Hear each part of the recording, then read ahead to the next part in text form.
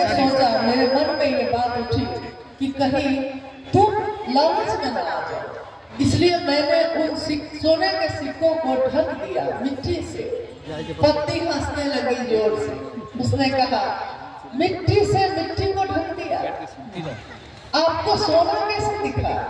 आपको तो मैं समझती थी कि साधु हो गया, और आपको आज भी सोने के सिक्के दिखते हैं।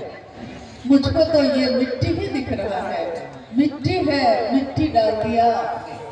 तो शिव का शिष्य बनना और शिव का शिष्य होना, दोनों में बहुत अंतर है।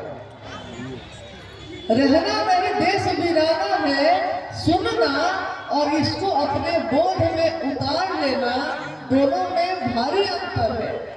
सुनने वाला इस वाक्य को दोहराता है बार बार, कहता है कि हमेशा रहना नहीं है, एक दिन चले जाना है। तो जब जहाँ से आए हैं वहाँ लौटना है, महादेव के पास से आए हैं, महादेव के पास लौटना है। तो महादेव को क्या मुख दिखाएंगे जाकर? चलो महादेव महादेव कर लेते हैं। कोई ये सोचता है, समझता भी है, परंतु कोई बोलता तो है, समझता नहीं। उसके लिए कितना खेत इकट्ठा कर ले, कितना जमीन ले ले, कितना मकान बना ले, कितनी गाड़ियां इकट्ठी कर ले। साहब ने आओ चले शिव की ओर पुस्तक पे पहले पन्ने पे, उसकी पृष्ठ जो प्रथम पृष्ठ, उस पे एक काल का, एक सर्प की तस्वीर बनवाई और उन्होंने कहा कि ये काल है। सर्प को, सांप को काल का प्रतीक माना जाता है, मृत्यु का धारक माना जाता है। साहब जी ने कहा कि ये काल है, इसके मुख में एक मेढक बैठा है और मेढक फतिंगों को पकड़ने में मगन है। एक फतिंगा खाने से, दो फतिंगा खाने से उसका पेट भर जाता है, फिर वो छोड़ देता है। परंतु इंसान एक ऐसा जीव है जिसको जितनी चीजें मिल जाए उसकी संतुष्टि कभी नहीं होती, वो और चाहिए की मानसिकता में ही पूरे जीवन भटकता ही रह जाता है। कभी उसके मन को संतोष नहीं होता, कभी उसके मन को संतुष्टि नहीं मिलती। नतीजा ये होता है कि रक्त बीज की तरह उसकी इच्छाएं प्रतिदिन नई नई बढ़ती ही चली जाती हैं, और एक ही जगह है जहां जाकर उसके मन को, उसके इस इच्छाओं की कामना करने की प्रवृत्ति को आश्रय मिल सकता है। वो है शिव गुरु की दया का आश्रय। महादेव की दया के आश्रय में जाकर भी उसको उसकी इच्छाओं को आश्रय मिल सकता है, संतुष्ट हो सकता है, दमित हो सकती है, खत्म हो सकती है। 11-12 उतर रही ना, आपने अभी सुना ओहे में से ओकरे दू तार टूट गेलै, अब ना है शिव के शिष्य साहब भैदानंद जी का जन्म 31 अक्टूबर 1948 सीवान जिले के अमलोरी नामक ग्राम में हुआ। अपने जन्म से लेकर ही कहते हैं कि पूत के पांव पालने में ही दिखाई देने लगते हैं। बच्चा कैसा होगा बड़ा होकर, ये बच्चा में ही समझ में आने लगता है कि आगे बढ़ के वो क्या करेगा। उनके जन्म के समय से लेकर जब वो बड़े होते हैं, उनके पिता डॉक्टर विश्वनाथ प्रसाद सिंह, माता राधा देवी दोनों के गोद में पल रहे हैं। और जब वो बड़े होते हैं, 12 साल की आयु में पहली बार उन्होंने अपने घर में एक चमत्कार देखा। एक तांत्रिक के द्वारा उन्होंने देखा कि उसने खरीके को सांप बना दिया और सांप को खरीका बना दिया। और इस घटना को देखकर, इस चमत्कार को देखकर साहब श्री के मन में एक आवेश पैदा हुआ चमत्कार सीखने का। मैं भी सीखूंगा। साहब अक्सर ये बात कहते कि जब मैंने चमत्कार सीखने का सोचा था, तो मैं सोचता था, जब मैं अघोरियों को देखता था, जब मैं जटाजूट वाले साधु को देखता था, भस्म लपेटे लोगों को देखता था, तो मैं सोचता था एक दिन चमत्कार सीखकर मैं भी ऐसा ही बनूंगा। और जब कोई आएगा मेरे पास, मैं चमत्कार दिखाऊंगा।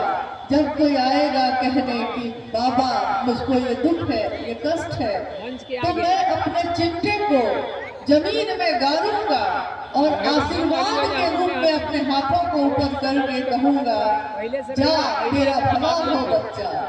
और कह के साहब हंसने लगते। कैसी सोच थी मेरी, क्या चाहा था मैंने, जो महादेव कुछ भी दे सकता है।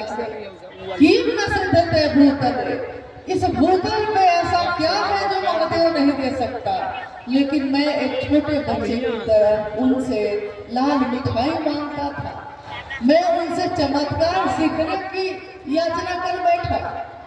साहब श्री ने पहली बार सन 1961 में शमशान की भूमि पे अपने पांव को रखा। सन 1961 से लेकर आगे आने वाले 14 वर्षों तक लगातार उन्होंने अनेक शमशान में शमशान साधना, कब्रिस्तान साधना, कुंडलियों का जागरण, मंत्रों का जप जैसी अनेक विधियों का पालन किया। इसके लिए उन्होंने बहुत सारे लोगों को अपना गुरु बनाया। गुरु बदलते गए, संतुष्टि नहीं मिली। जहां भी गए प्यास और बढ़ती गई। साहब कहते हैं कि मैं खुद नहीं जानता था कि मैं क्या ढूंढ रहा था, लेकिन जो मैं ढूंढ रहा था वो मुझको मिल नहीं रहा था। अभी अभी जब हम लोग बैठे थे, एक छोटी बच्ची रो रही है, तो सामने गुरुवार ने कहा कि उसकी माँ नहीं मिल रही है। बच्चे को पता नहीं कि वो क्यों रो रही है, लेकिन उसकी माँ मिल जाएगी तो वो चुप हो जाएगी, क्योंकि उसके मन को तलाश थी अपने माँ की।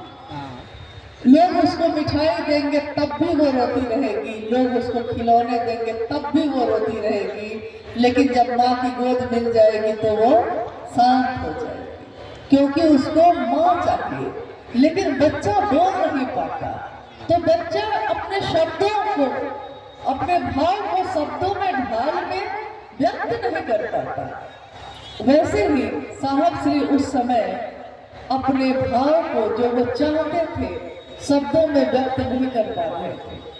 लेकिन एक दिन ऐसा आया जब उनके जीवन को ठहराव मिला, जब एक स्थान में जाके वो ठहर गए, और वो जगह थी आरा जिला का गांगी शमशान। अर्धरात्रि का समय है, साहब कह रहे हैं आधी रात का समय है, चारों तरफ अंधेरा है और मेरी आंखों में भयावह अंधेरा भरता जा रहा है। मैं अपनी आंखों को उस अंधेरे में खोल कर देखने की कोशिश कर रहा हूँ, लेकिन मुझको हताशा और निराशा के सिवा कुछ नहीं मिला। मेरी आंखों में, मेरे हृदय में एक पीड़ा है, एक दर्द है। जैसे बर्फ के पहाड़ से कोई फिसल कर गिर जाए, ऊपर पहाड़ से कोई फिसलता चला जाए और उसका शरीर लहूलुहान हो जाए, तो उसके शरीर को जैसे पीड़ा होती है, वैसी ही पीड़ा, वैसा ही दर्द मेरे दिल में उठ रहा था। उस समय मेरे मन ने सोचा कि पिछले 14 वर्षों से मैं भटक रहा हूँ, इतने गुरु मिले, कहीं कुछ भी हासिल नहीं हुआ, और आज अपने जीवन को नष्ट कर लिया मैंने, कुछ भी हासिल नहीं हुआ। इस सोच के साथ ही अचानक ही उनके मन ने यह सोचा था। गुरु की वंदना में ये श्लोक सदियों से लोग पढ़ते हैं, गाते हैं, अर्चना में इसका प्रयोग करते हैं। गुरुर ब्रह्मा गुरुर विष्णु गुरुर्देवो महेश्वर, गुरु साक्षात पर ब्रह्म तस्मै श्री गुरुवे नमः। गुरु में ब्रह्मानी शक्ति होती है, पैदा करने की शक्ति।